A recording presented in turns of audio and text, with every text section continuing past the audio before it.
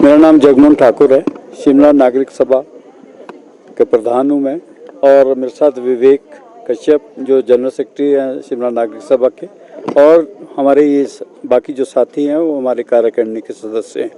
आज जो ये धरना है नागरिक सभा कुत्ते और बंदरों के जो बाइट्स हैं उसके ऊपर कर रही है, और हमारे बीच में हमारे समरल के काउंसलर वीरेंद्र ठाकुर जी भी हैं। और आज इस इशू को जो आज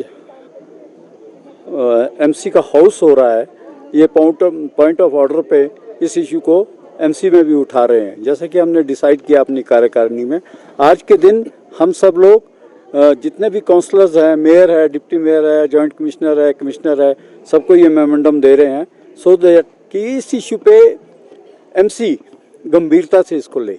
क्योंकि इस इशू को गंभीरता से लेने के लिए वजह जो है वो ये है कि शहर के अंदर चाहे ये मंकी बाइट है, डॉग बाइट है, और इवन कैट बाइट्स। अभी अगस्त का अगर इशू हम देखें, अगस्त में कैट बाइट का नंबर 50 है। इसका मतलब घरों में बहुत लोग कैट्स को पाल रहे हैं, और कुत्ते और बंदरों का जो आतंक है, जो हम चाहते हैं कि इसके लॉगर्स बने जैसे कि सुप्रीम कोर्ट के आदेश बने हैं। और उसके साथ साथ जो ये बंदरों वाला इशू, पिछली बार जैसे हम जॉइंट कमिश्नर को मिले थे, वो बोलते हैं ये वाइल्ड लाइफ के अंदर आता है, बट आता तो एमसी के अंडर है ना। उनको इसका कॉग्निजेंस हाउस में लेना चाहिए, और इसके तरफ इसको किस तरीके से चेक करना है वो एक कंक्रीट स्टेप्स के साथ लेना चाहिए। ये मुद्दा अगर हम ऑल ओवर इंडिया देखें, ऑल ओवर हिमाचल देखें, इसके नंबर्स बहुत बड़े हैं और इसमें ये बढ़ते ही जा रहे हैं। चाहे वो अगर हम लें 21 में 15,000 थे, 22 में 21,000 हो गए, 23 में 22,000 हो गए ऑल ओवर हिमाचल डॉग और कुत्तों के बाइट्स के नंबर। तो ये बड़ा इशू शिमला में तो है ही है, ये ऑल ओवर स्टेट का इशू है। तो शिमला से अगर ये पहल करेगा एमसी, और ऐसे तो हम चाहते हैं कि एमसी पॉजिटिव पहल आज करने की उम्मीद है हमारे को। अगर ये पहल पॉजिटिव रहेगी इसमें और भी लोगों को जोड़े, क्योंकि आज चाहे ये स्कूल के बच्चे जब स्कूल जा रहे हैं, माल रोड पे जो घूम रहे फिर रहे हैं टूरिस्ट लोग, उन सबको ये अटैक करते हैं। तो इस पे कंक्रीट हम उम्मीद करते हैं कि आज एमसी अपने हाउस की मीटिंग में इसको कंक्रीटली कोई ना कोई दिशा इसमें देंगे, और उम्मीद करते हैं कि अगर इस पे कंक्रीट स्टेप हो गई, हमारी पूरी सपोर्ट रहेगी इस इशू पे। क्योंकि हम शहर के लोग हैं, शहर में हम रहते हैं, और इस शहर को हमने बचपन से देखा है, और इनका जो नंबर है, चाहे वो डॉग बाइट्स है, मंकी बाइट्स है, ये हर महीने बढ़ रहा है। तो इसको चेक करना पड़ेगा।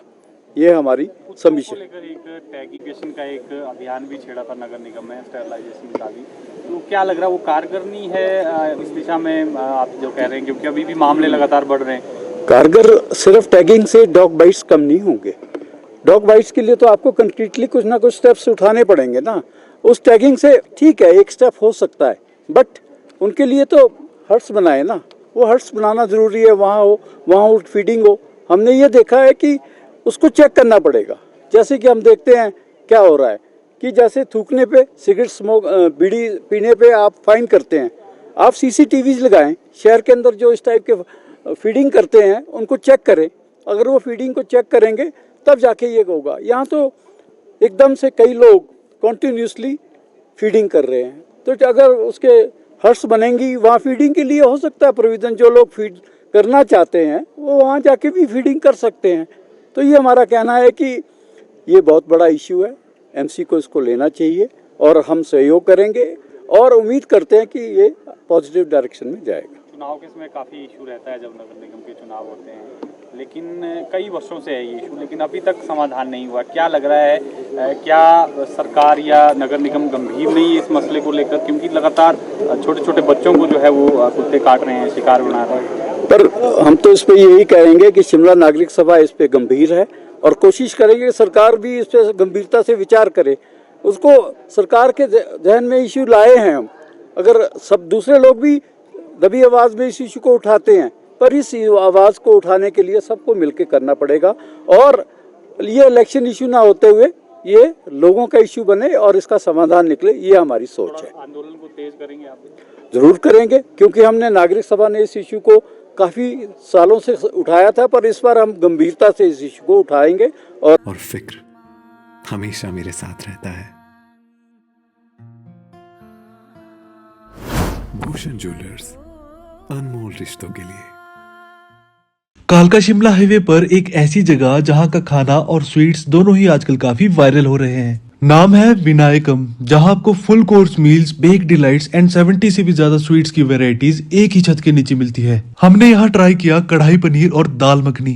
टेस्ट बिल्कुल लाजवाब था, perfectly spiced and rich in flavours. सच में इस टेस्ट को मैं कभी भूल नहीं सकता। खाने के बाद हमने ली रसमलाई और भाई सच कहूँ तो इतनी सॉफ्ट और क्रीमी थी कि बस खाते ही मुंह से बाहर निकल गया। आप भी यहाँ की रसमलाई एक बार जरूर ट्राई करना। और जब पता चला कि यहाँ 70 से भी ज्यादा स्वीट्स की वैरायटीज मिलती हैं तो कैसे ना ट्राई करते। हर स्वीट में अलग ही स्वाद था, एकदम फ्रेश एंड फ्लेवरफुल। यहाँ इंडिया के हर कोने से कारीगर बुलाए गए हैं ताकि हर स्टेट की स्पेशलिटी आपको यहाँ मिल सके, और टेस्ट में भी ऑथेंटिसिटी एंड क्वालिटी दोनों क्लियरली महसूस होती है। विनायकम स्वीट्स एंड रेस्टोरेंट आपको कालका शिमला हाईवे पर सोलन से थोड़ा आगे सोलोगड़ा में मिल जाएगा। अगर कभी शिमला जा रहे हो और कुछ अच्छा खाने का दिल करे तो इस जगह को बिल्कुल भी मिस मत करना। आया ना मुंह में पानी आया ना।